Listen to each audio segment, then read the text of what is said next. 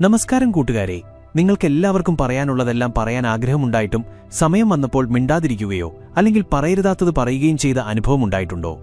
എന്നിട്ട് നിങ്ങൾ രാത്രി മുഴുവൻ വിഷമിച്ചിരിക്കാറുണ്ടോ?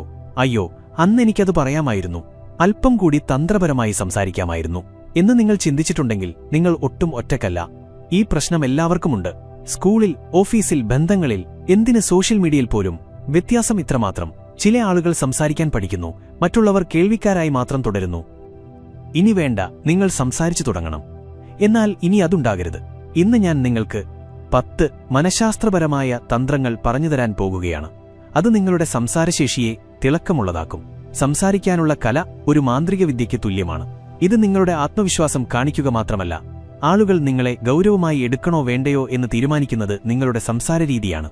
ഈ മാന്ത്രിക വിദ്യ മനസ്സിലാക്കാൻ നിങ്ങൾ തന്ത്രപരമായി സംസാരിക്കാൻ പഠിക്കേണ്ടത് അത്യാവശ്യമാണ്. ചാണക്യനീതിയുടെ പ്രാധാന്യം. നീതികൾക്ക് ആയിരക്കണക്കിന് വർഷങ്ങൾക്ക് ശേഷവും പ്രസക്തി നഷ്ടപ്പെടാത്ത ചാണക്യൻ പറയുന്നു, സംസാരമാണ് ബന്ധങ്ങൾ ഉണ്ടാക്കുകയോ തകർക്കുകയോ ചെയ്യുന്ന ഒരേയൊരു കാര്യം.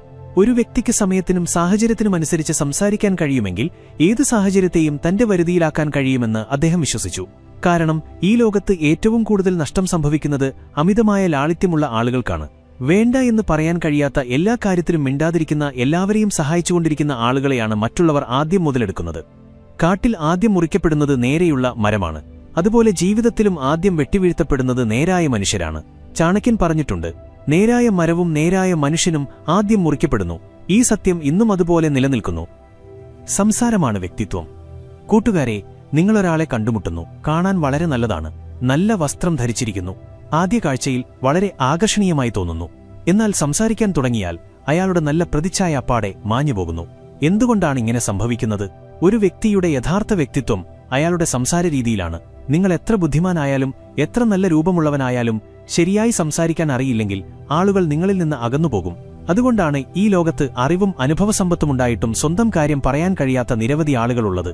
സംസാരിക്കാൻ അറിയാത്ത ഒരു നവജാത ശിശുവിനെപ്പോലെയാണ് എല്ലാം ഉണ്ടായിട്ടും ആശയവിനിമയ ശേഷിയില്ലാത്തവരുടെ അവസ്ഥ.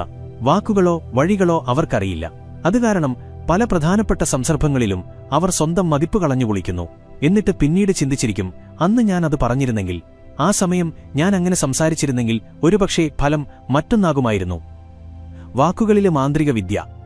ഇനി അതൊരു ജോലിയുടെ അഭിമുഖമായാലും ബിസിനസ് ഡീലായാലും അപരിചിതനായ ഒരാളുമായി ആദ്യമായി കണ്ടുമുട്ടുന്നതായാലും അല്ലെങ്കിൽ ക്രഷുമൊത്തുള്ള ഡേറ്റിംഗ് ആയാലും, നിങ്ങളുടെ കാര്യം ശരിയായ രീതിയിൽ ആത്മവിശ്വാസത്തോടെയും തന്ത്രപരമായും പറയാൻ നിങ്ങൾക്കറിയാമെങ്കിൽ ഏത് സാഹചര്യത്തിലും നിങ്ങൾക്ക് മേൽക്കൈ നേടാൻ കഴിയും. ഈ കഴിവ് ആളുകളെ ആകർഷിക്കുക മാത്രമല്ല, നിങ്ങളുടെ വാക്ക് അംഗീകരിക്കാൻ അവരെ നിർബന്ധിക്കുകയും ചെയ്യും.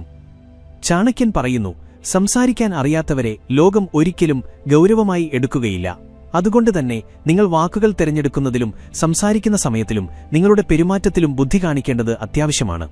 ഏറ്റവും പ്രധാനപ്പെട്ട കാര്യം, നിങ്ങൾ വ്യാജനാകേണ്ട ആവശ്യമില്ല. മുന്നിലിരിക്കുന്ന ആൾ വിഡ്ഢിയല്ല. നിങ്ങൾ ഒറിജിനലാണോ അതോ വ്യാജനാണോ എന്ന് അയാൾക്ക് പെട്ടെന്ന് മനസ്സിലാകും. ലോകത്തിലെ ഏറ്റവും മികച്ച പ്രാസംഗികർ വിശ്വസ്തരും ആകർഷകരുമായി തോന്നുന്നത് അവരെങ്ങനെയാണോ അതുപോലെ തന്നെ സ്വയം അവതരിപ്പിക്കുന്നതുകൊണ്ടാണ്. അവരുടെ ശബ്ദത്തിൽ തനിമയുണ്ട്, അവരുടെ വാക്കുകൾ ഹൃദയത്തിലെത്തുന്നു. അതുകൊണ്ട് ഈ വീഡിയോയിൽ നമ്മൾ ആ 10 മനഃശാസ്ത്രപരമായ തന്ത്രങ്ങൾ പഠിക്കാൻ പോകുകയാണ്. അത് എല്ലാ സാഹചര്യങ്ങളിലും വിവേകത്തോടെ സംസാരിക്കാൻ, ആളുകളുടെ ശ്രദ്ധ ആകർഷിക്കാൻ, ദീർഘകാലം നിലനിൽക്കുന്ന ഒരു മതിപ്പ് സൃഷ്ടിക്കാൻ നിങ്ങളെ പഠിപ്പിക്കും. 10 മനഃശാസ്ത്രപരമായ തന്ത്രങ്ങൾ. തന്ത്രം 1. നിങ്ങളുടെ വാക്കിന് ഭാരം നൽകുക, സ്വയം ഗൗരവമായി എടുക്കുക. നിങ്ങൾ ആഗ്രഹിക്കുന്നുണ്ടെങ്കിൽ ആളുകൾ നിങ്ങളെ ഗൗരവമായി എടുക്കണമെന്ന് എങ്കിൽ ആദ്യം നിങ്ങളെത്തന്നെ ഗൗരവമായി എടുക്കാൻ തുടങ്ങുക. ഇത് നിസ്സാരമായി തോന്നാം, എന്നാൽ ഇതാണ് ഏറ്റവും വലിയ തന്ത്രം. നിങ്ങളുടെ വാക്കുകളിൽ ഭാരം വരുമ്പോൾ മാത്രമേ ലോകം നിങ്ങൾക്ക് പ്രാധാന്യം നൽകുകയുള്ളൂ.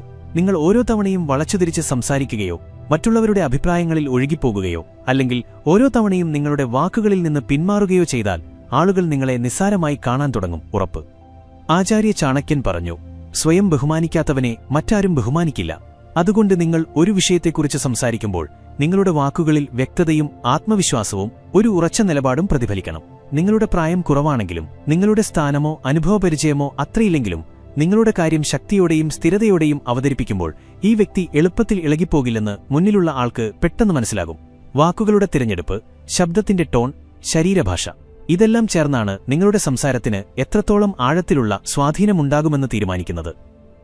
തന്ത്രം 2. ഒട്ടിനിൽക്കുന്ന കണ്ണുകൾ, സ്റ്റിക്കി ഐസ്. കണ്ണുകളിലൂടെയുള്ള സംസാരം ഒരു കലയാണ്. തന്ത്രപരമായി സംസാരിക്കുക, എന്നാൽ വാക്കുകൾ കൊണ്ട് കളിക്കുക എന്നതിലുപരി ശരീരഭാഷ കൊണ്ടുകൂടിയാണ്. അതിലേറ്റവും കൂടുതൽ സ്വാധീനം ചെലുത്തുന്നത് നിങ്ങളുടെ കണ്ണുകളുടെ ഉപയോഗമാണ്. ചിന്തിച്ചു നോക്കൂ, നിങ്ങൾ ഒരാളുമായി സംസാരിക്കുകയാണ്, പക്ഷേ അവരുടെ നോട്ടം നിങ്ങളുടെ കണ്ണുകളിൽ നോക്കുന്നതിനു പകരം വീണ്ടും വീണ്ടും അങ്ങോട്ടും ഇങ്ങോട്ടും മാറിക്കൊണ്ടിരിക്കുകയാണ്. ചിലപ്പോൾ ഫോണിൽ, ചിലപ്പോൾ ചുമരിൽ, ചിലപ്പോൾ ക്ലോക്കിൽ. ഇത് കാണുമ്പോൾ നിങ്ങൾക്കെന്തു തോന്നും? ഒരുപക്ഷേ നിങ്ങൾക്ക് അവയിലോ നിങ്ങളുടെ സംസാരത്തിലോ താൽപ്പര്യമില്ലെന്ന്. ഈ തെറ്റ് പലരും സ്വയം ചെയ്യുന്നു. സംസാരിക്കുമ്പോൾ നിങ്ങൾ മുന്നിലിരിക്കുന്ന ആളുടെ കണ്ണുകളിൽ നോക്കുന്നില്ലെങ്കിൽ നിങ്ങൾ എത്ര നല്ല കാര്യങ്ങൾ പറഞ്ഞാലും നിങ്ങളുടെ സംസാരത്തിന്റെ സ്വാധീനം പകുതിയായി കുറയും. ആചാര്യ ചാണക്യൻ പറയുന്നു, ബന്ധമുണ്ടെങ്കിൽ ഉറച്ചതാകട്ടെ, അല്ലെങ്കിൽ മൗനം നല്ലതാണ്. അതായത്, നിങ്ങൾ ഒരാളുമായി സംസാരിക്കുമ്പോൾ നിങ്ങളുടെ ശ്രദ്ധയും സാന്നിധ്യവും വ്യക്തമായി കാണണം.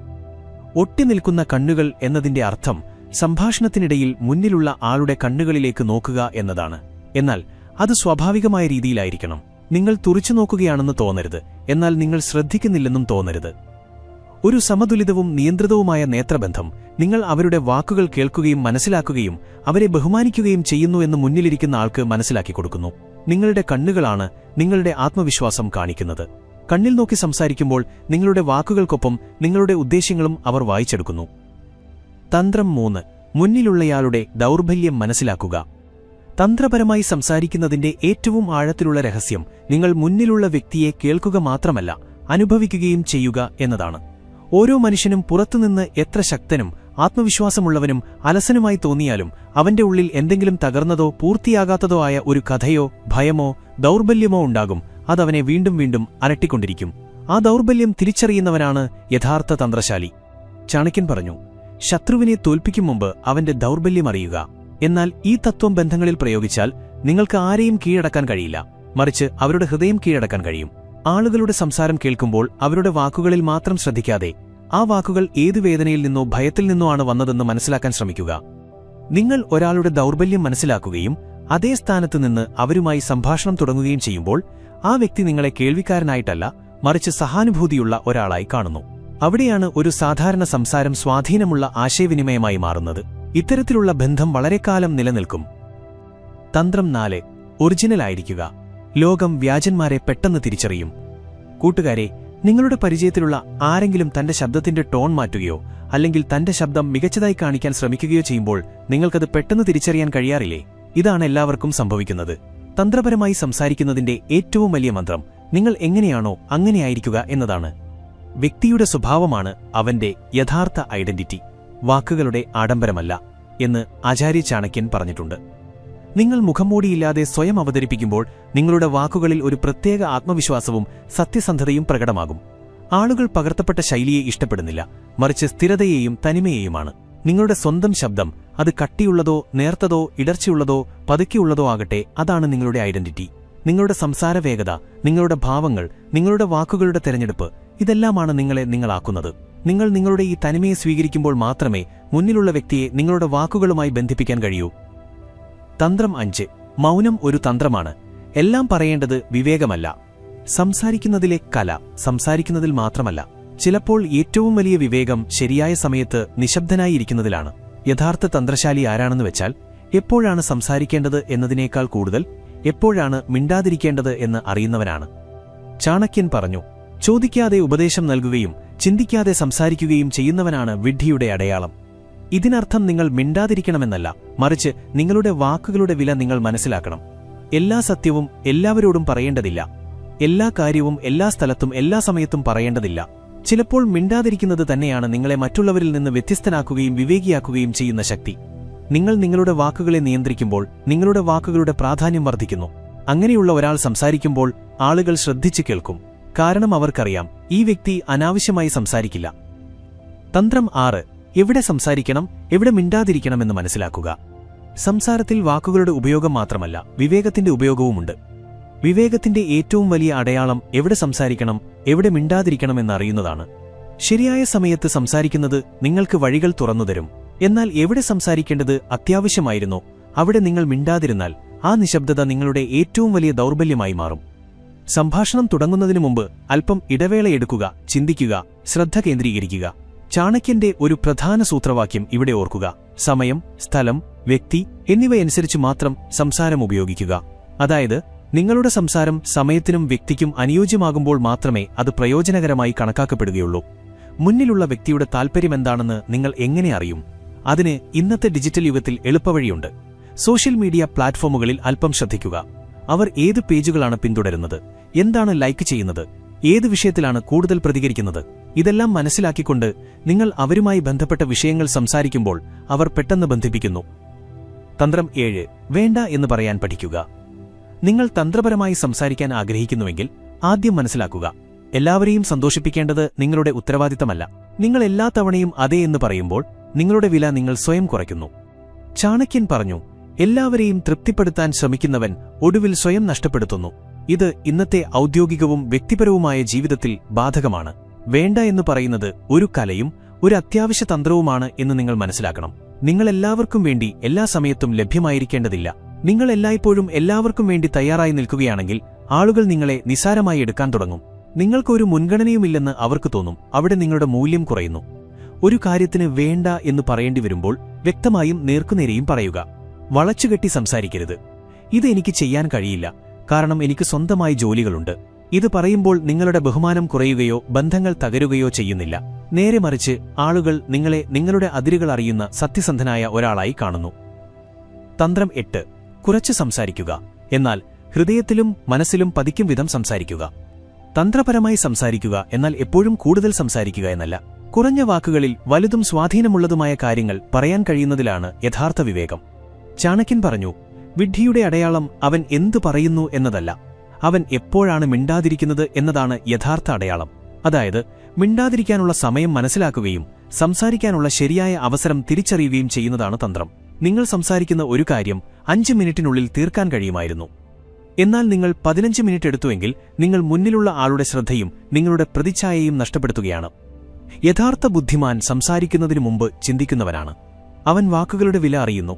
ഓരോ വാക്യത്തെയും ഒരസ്ത്രം പോലെ ഉപയോഗിക്കുന്നു.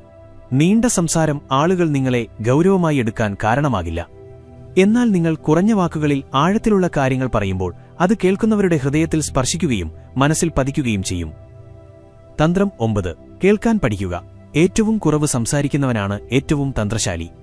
നിങ്ങൾ ആഗ്രഹിക്കുന്നുണ്ടെങ്കിൽ ആളുകൾ നിങ്ങളുടെ വാക്കുകൾ ശ്രദ്ധയോടെ കേൾക്കണമെന്ന് എങ്കിൽ ആദ്യം നിങ്ങൾ മറ്റുള്ളവരെ ശ്രദ്ധയോടെ കേൾക്കാൻ പഠിക്കണം. ഇത് വളരെ ലളിതമായി തോന്നുന്നു, എന്നാൽ ഇതാണ് ഏറ്റവും വലിയ തന്ത്രം.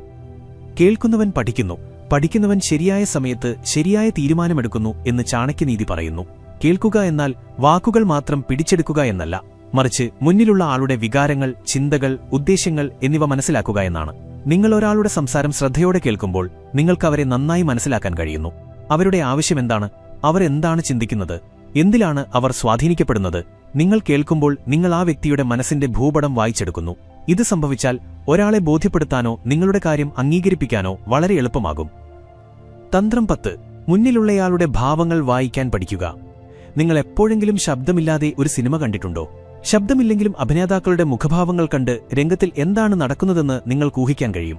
ദുഃഖം, ദേഷ്യം, പ്രണയം, ഭയം. ഇത് സംഭവിക്കുന്നത് മനുഷ്യന്റെ ശരീരഭാഷയും മുഖഭാവങ്ങളും ഒരു വാക്കുപോലും പറയാതെ ഒരുപാട് കാര്യങ്ങൾ പറയുന്നു എന്നതിനാലാണ്. നിങ്ങളുടെ വാക്കുകൾ സ്വാധീനമുണ്ടാക്കണമെങ്കിൽ നിങ്ങൾ സംസാരിക്കുക മാത്രമല്ല, മുന്നിലുള്ളയാളെ സൂക്ഷ്മമായി നിരീക്ഷിക്കാനും മനസ്സിലാക്കാനും അറിയണം. സംസാരിക്കുമ്പോൾ എപ്പോഴും നിരീക്ഷിക്കുക, മുന്നിലുള്ളയാൾ എങ്ങനെ പ്രതികരിക്കുന്നു, അവരുടെ കണ്ണുകൾ എന്താണ് പറയുന്നത്, അവർക്ക് നിങ്ങളുടെ വിഷയത്തിൽ താൽപ്പര്യമുണ്ടോ അതോ വെറുതെ കാണിക്കുകയാണോ, അവർ ചിരിക്കുന്നുണ്ടോ അതോ മടുത്തിരിക്കുന്നുണ്ടോ. ചാണക്യനീതി ഇതാണ് പഠിപ്പിക്കുന്നത്. ബുദ്ധിമാനായ വ്യക്തി സാഹചര്യങ്ങൾക്കും വ്യക്തിക്കുമനുസരിച്ച് തന്റെ സംസാര രീതി മാറ്റുന്നു. മുന്നിലുള്ളയാൾ എന്താണ് ചിന്തിക്കുന്നത്, എന്താണ് അനുഭവിക്കുന്നത് എന്നറിയുന്നത് ഒരു ചാരപ്രവൃത്തിയേക്കാൾ ഒട്ടും കുറവല്ല. ഈ കല പഠിച്ചവന് ആളുകളുടെ ഹൃദയം കീഴടക്കാൻ വളരെ എളുപ്പമാണ്. അപ്പോൾ കൂട്ടുകാരെ, തന്ത്രപരമായി സംസാരിക്കുന്നത് ഒരു ബുദ്ധിമുട്ടുള്ള കാര്യമല്ലെന്ന് നിങ്ങൾക്കിപ്പോൾ മനസ്സിലായിട്ടുണ്ടാകുമല്ലോ. അതിന് ശരിയായ രീതിയും ശരിയായ കാഴ്ചപ്പാടും മാത്രം മതി. ഈ നുറുങ്ങുകൾ നിങ്ങൾക്കിഷ്ടമായെങ്കിൽ, നിങ്ങളുടെ സംഭാഷണങ്ങളിൽ ഈ കല സ്വീകരിക്കാൻ നിങ്ങൾ ആഗ്രഹിക്കുന്നുവെങ്കിൽ ഇത് തീർച്ചയായും ലൈക്ക് ചെയ്യുകയും പങ്കുവയ്ക്കുകയും ചെയ്യുക. അറിവ് നിറഞ്ഞ കൂടുതൽ വീഡിയോകൾ കാണാൻ ആഗ്രഹിക്കുന്നുണ്ടെങ്കിൽ സബ്സ്ക്രൈബ് ചെയ്യുകയും ബെൽ ഐക്കൺ അമർത്തുകയും ചെയ്യാൻ മറക്കരുത്. കാരണം ഇവിടെ ഞങ്ങൾ നിങ്ങൾക്ക് ചാണക്യനീതിയിൽ നിന്നുള്ള പാഠങ്ങളും ജീവിതം മാറ്റുന്ന നുറുങ്ങുകളും ദിവസവും കൊണ്ടുവരുന്നു.